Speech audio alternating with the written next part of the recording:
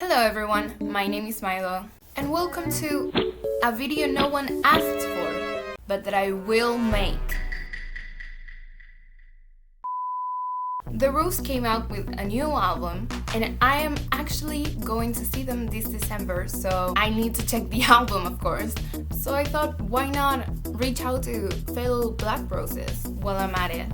You guys, getting tickets? The day the tickets came out, it was just straight up impossible. So we wrote to the producers of the show every single day for a month straight, until they finally changed the venue and more tickets were released. So this album is like a little treat for me after all we went through. Boy, if you don't. Having said all this is just going to be my reaction to the album. This is not going to be a listening party. If you want to listen to the album, you should on your own. You should check them out. But otherwise, this would be a really long video.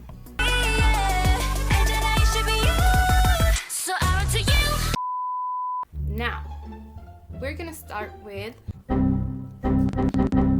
Tilde. Tilde, I think that's the name of the symbol.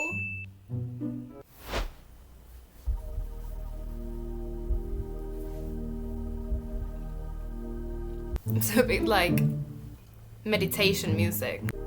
Well, it would fit with the healing concept. I think all these sounds evoked a really beautiful imagery.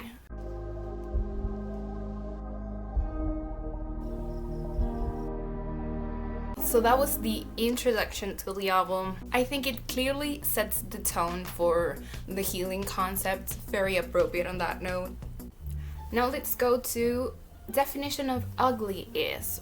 I watched the interview that they did on the Zach Sang show, and when they explained this song, it hit a little bit too close to home.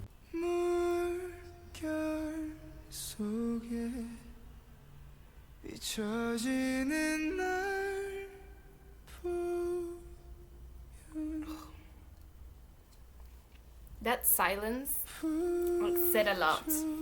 I know I don't belong here.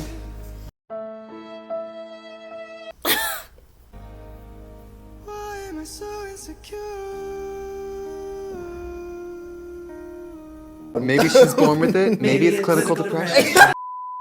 Why am I so insecure? This is gonna hit different at the concert, I fear.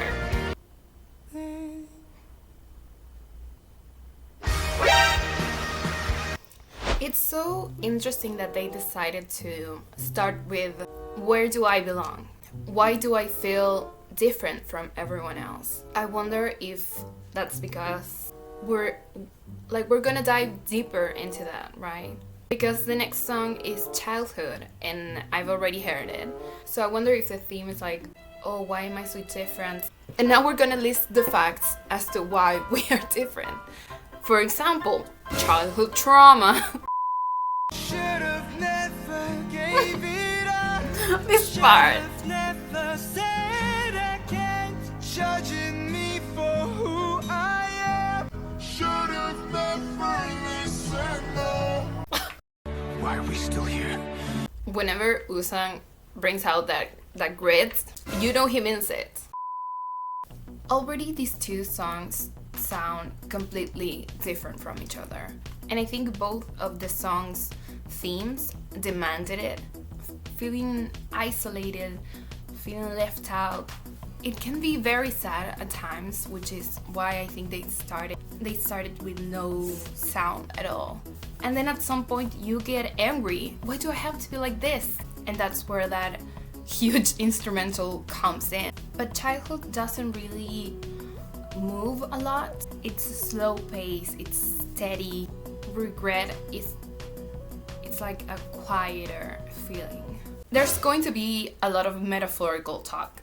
So I hope you understand what I mean. Now let's go to Shift. Oh yeah, I would die to call you my friend. Interesting. You speak speak with your eyes. I can always tell. A lot of instrumental breaks in this album. Like they let you sit with all that, with all those sounds. You better stop! You see it. Well, that makes me a villain. And so fucking be it. The reason why I kept saying Interesting. is because one, I realized that this was a song for the fans, and two, because I was also putting together that this feels like the continuation from Definition of Ugly, is kind of like a happy ending for that song. Like you have finally found your people who you don't even have to talk to, like you just know. Like he said, I see it in your eyes. As an introvert, the greatest of people. Like when I met my best friend, I'm super guarded with people, so I usually have like a resting bitch face, and like people talk to me and I'm immediately like, what do you want? And like my best friend took one look at me. She was like, wow, you're really guarded, but I know you're like super fluffy inside. But all this because, yeah, once you find the right people, you won't feel misunderstood anymore. What is the most physical pain you've ever felt in your life at one time? Oh. I mean, this is pretty bad. What? This. I also love the fact that it's called Shift. Something happened and it changed everything. So I wonder if that's going to affect the flow of the album too. Especially because the next song is called Cure. Is it actually going to be a cure? I'm a little bit scared now.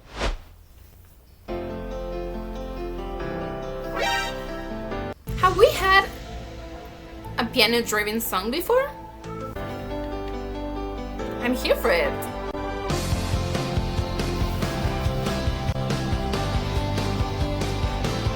Oh my god, this reminds me of a song. Oh my god, what is it? It's from the 2000s, I think.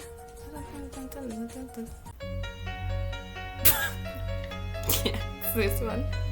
It's When Love Takes Over by David Guetta. I love this song. I just wanna feel the world. Not this. We Have a Chant. I know they said that they had a few songs already written before deciding what the theme of the album was gonna be. But I feel like this song fits so well with the heel concept that they must have written it for this specifically. I get chills just from the strings. Is that a cello? 'Cause we'll make it better. The whole song, I thought it was about a breakup. It sounded very much like it. Like instead of like ripping the band-aid off, it was just letting go little by little, right? But then at the end, they were like, we'll make it alright. And I was like, it turned into, again, them trying to heal me. Why am I so mad at them? Now let's go to Time. Okay, if you wanna talk about healers, Time. A great woman once said, I found time can heal most anything, and you just might find, and you must found yours. It might forgetting a Taylor Swift song. You just might find who you're supposed to be. What is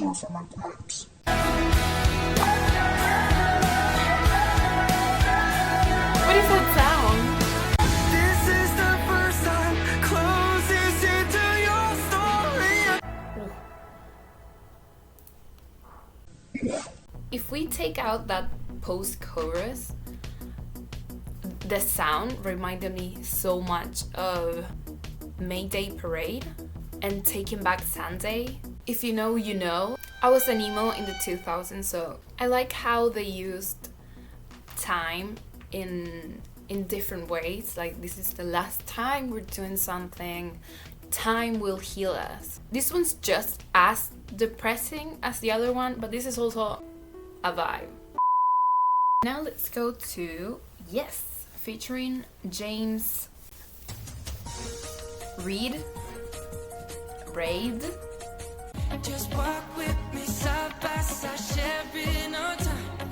You could tell me the story. Wow, that is such a bright tone. Love is on the horizon, can we finally say yes? So it's gone. I feel like this is definitely the Roses' attempt to a more pop sound. And in that sense, I think Mr. James here, I think James was a perfect fit for this. His voice gave the song the sound that it demanded. The instrumental reminded me a lot of The Sound by the 1975, which I think also was the 1975's attempt pop music. Now let's go watch Sour, the official music video. Oh wait. Sour candy in your mouth. Interesting that they're using all contrasting colors. Sour and sweet.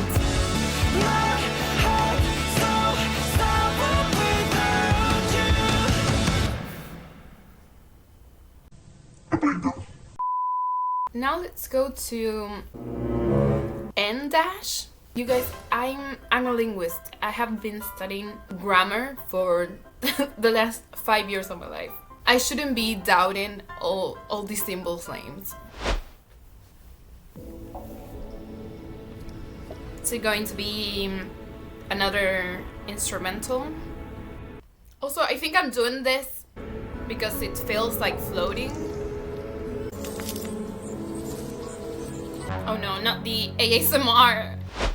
Interesting that the last song they chose, the last song containing lyrics that they chose to close off the album was Sour. Like, that's a little bit of a depressing note to end on because of the ending and the closer of this album. Because those two tracks are similar, it does feel like we went on a journey.